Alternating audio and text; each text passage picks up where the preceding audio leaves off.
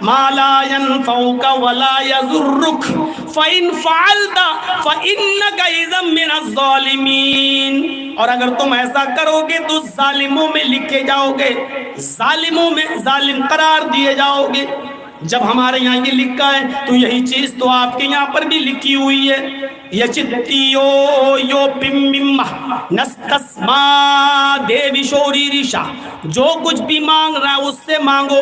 2 بار یچتیو you پمم، جو کچھ بھی مانگنا اس سے مانگو، وہی دینے والا ہے. نستسما دیوی شو ریشا، نستسما دیوی شو، کوئی بھی دیوی دیوتا نہیں ہے اس کے اترکت، اس کے علاوہ ری رشب تمہیں کچھ بھی دے سکے. یہی بات تو آپ کے یہاں پر بھی تو کہی جا رہی ہے. جب یہی بات آپ کے یہاں کہی جا رہی ہے، یہی بات ہمارے یہاں کہی جا رہی ہے، تو پھر نفرتیں کیسی، پھر ایک دوسرے سے گھرنا کیسی، پھر ایک دوسرے کے اوپر اتیاچار کیسا، پھر ایک دوسرے کے اوپر ظلم اور زیادتی کیسی. میرے بھائیوں، اس کو سمجھنے کی ضرورت ہے. توحید سے ہمیں اپنا رشتہ جوڑنا پڑے گا. توحید وہ کنیکشن ہے جو ہمیں اللہ سے جوڑتا ہے. جب ساری دنیا ہماری مخالفت کرتی ہو اور کوئی ہمیں امید کی کرن نہ دکھائی دیتی ہو کہیں ہماری تعاون کی، ہماری امداد کی، تو وہاں بندے کا تعلق صرف رب سے جڑتا ہے. اس کے اندر امید کی ایک کرن آتی ہے، کیا کہ کوئی ہے جو ہماری دعاؤں کو سننے والا ہے. اسی کریکشن کا نام ہے ربط فی اللہ، من اللہ، اللہ کے ساتھ تعلق کو جوڑنا.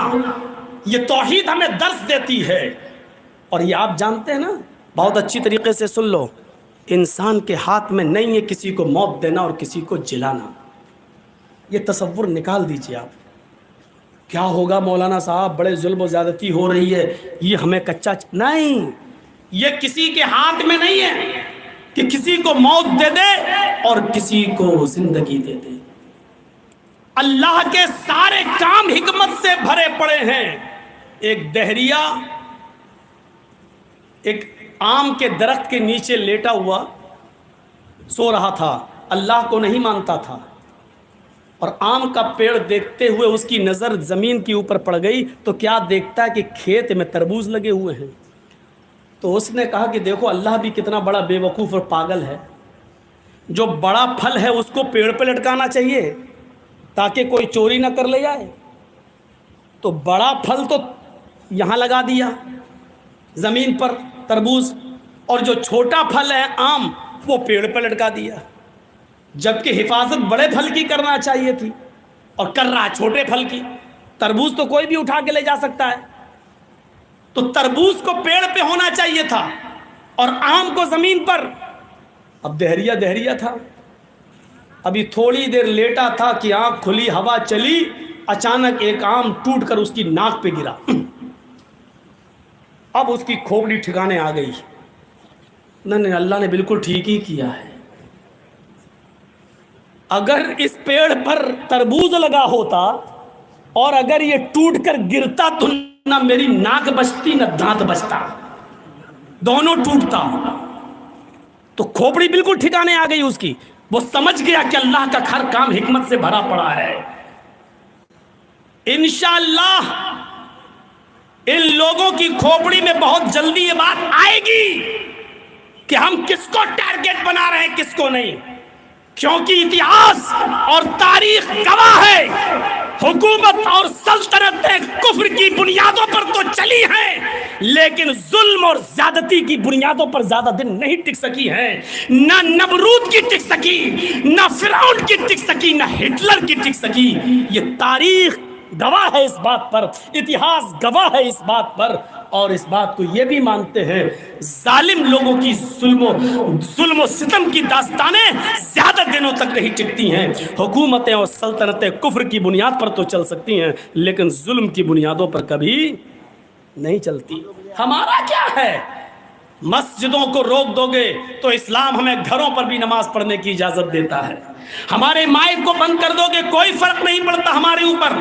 ہمارے نبی محمد رسول اللہ نے جب آخری خطبہ دیا تھا حجۃ الوداع کا وہ مینا کا میدان تھا، 1,44,000 صحابہ کی بھیڑ تھی، اور نوٹ کیجئے کتنی، 1,44,000 صحابہ کی اس میدان میں نمرہ مسجد کے باہر کھڑے ہو کر، قصبہ اونٹنی پر سوار ہو کر اللہ کے نبی نے جو خطبہ دیا تہجد الوداع کا وہ بنا مائک کے دیا تھا، بنا لاؤڈ سپیکر کے دیا تھا، اور آپ کی آواز 1,44,000 صحابہ کے بیچ بنا مائک کے پہنچ رہی تھی۔ ہمیں ضرورت نہیں ہے ہمارے مائکوں پر بھی پابندی لگا دو یا جو کرنا چاہو کر دو، ہماری شریعت حالت مجبوری میں بغیر مائک کے بھی اذان دینے کو جائز قرار دیتی ہے، مجبوری کے درجے میں گھروں پر بھی نماز پڑھنے کی اجازت دیتی ہے، اور لاک ڈاؤن کے ایام میں ہم نے گھروں میں نمازیں پڑھی ہیں، ہم نے جمعے کے بجائے ظہر کی نماز اپنے گھروں میں ادا کی ہے،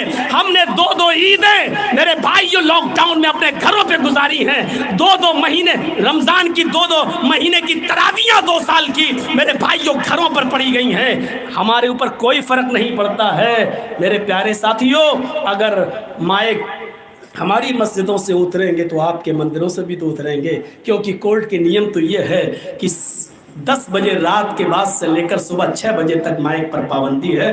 میرے بھائیوں ذرا اپنی بھی سوچو، ہمارے یہاں تو یہ ہے کہ ہم جرجیت صاحب کی آواز بھلے ہی 5-10 ہزار آدمیوں میں نہ پہنچ پائے بغیر مائک کے، لیکن ہمارے لیے نمونہ موجود ہے۔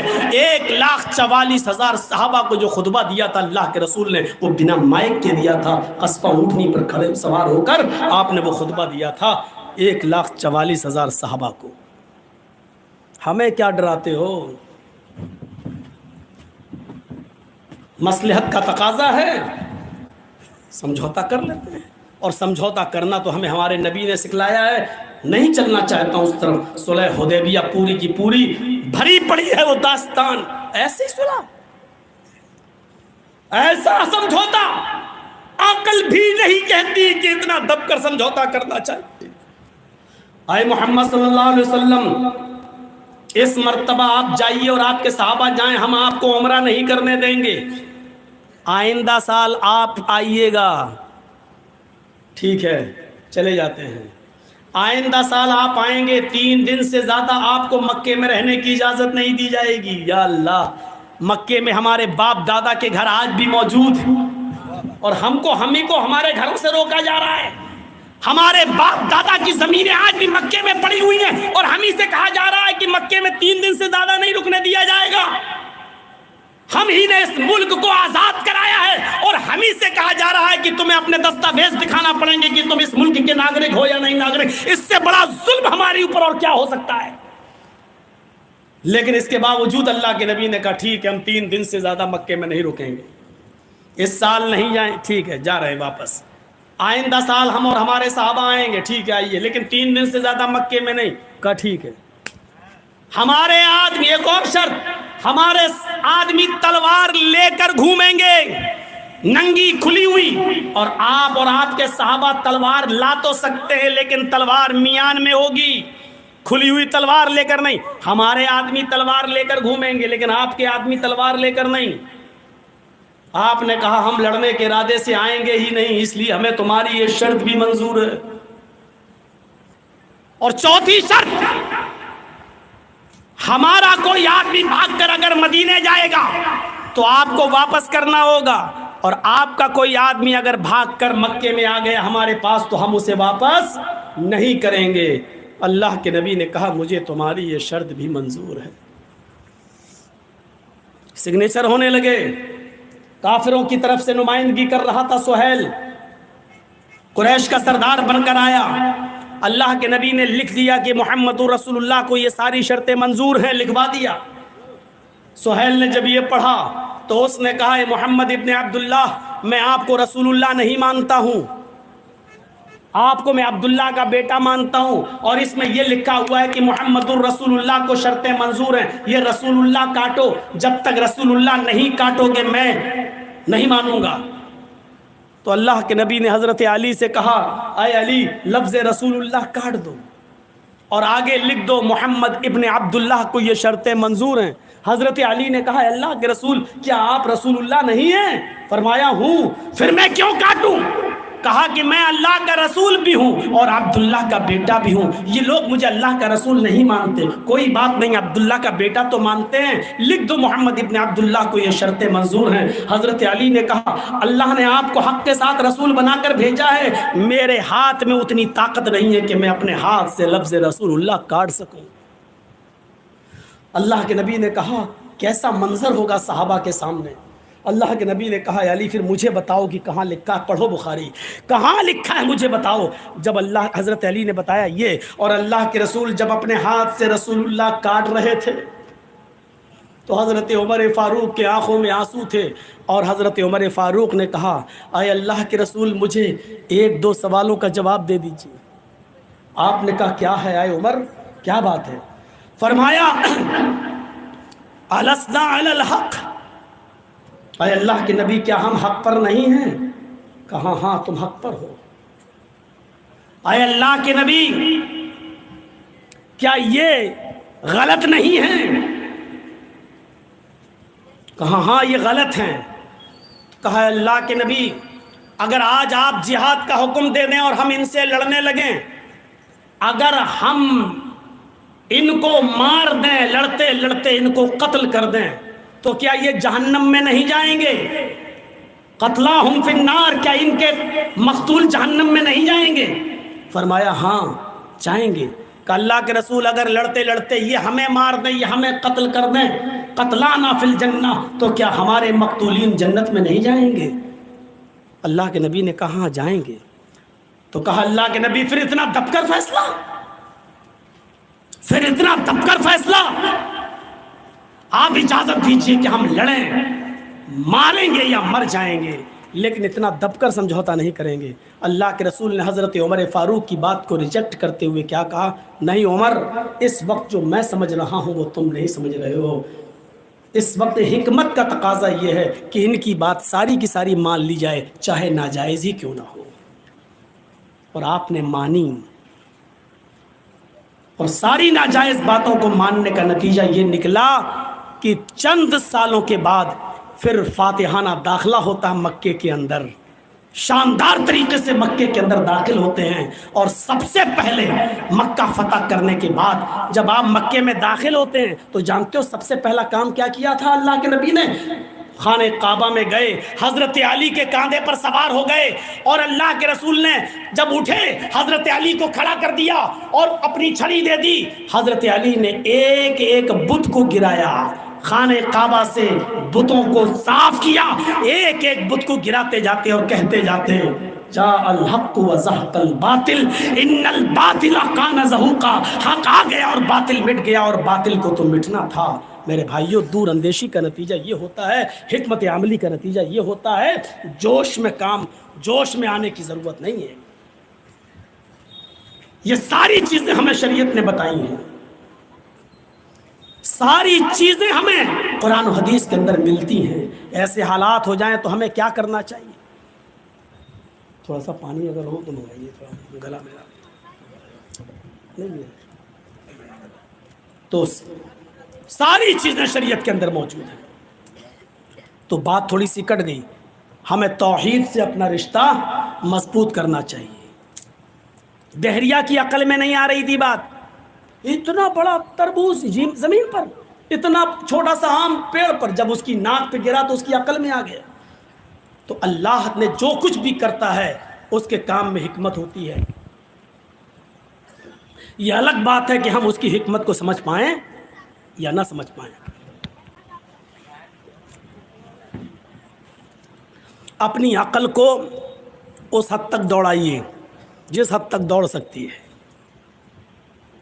ایک بات اور بتا دوں آپ کو، اپنی عقل کا استعمال اتنا زیادہ مت کیجئے جو عقل کے دائرے سے باہر ہو. آنکھ کا کام دیکھنا ہے، لیکن یہ آپ کے آنکھ سامنے کی چیزوں کو دیکھ سکتی ہے، یہ آنکھ پیچھے کی چیزوں کو نہیں دیکھ سکتی ہے. اب آپ کہیں کہ اس آنکھ کا کیا کام ہے جو سامنے کی چیز کو دیکھ رہی پیچھے دکھ ہی نہیں رہا؟ بیکار ہے. کان کا کام سننے کا ہے.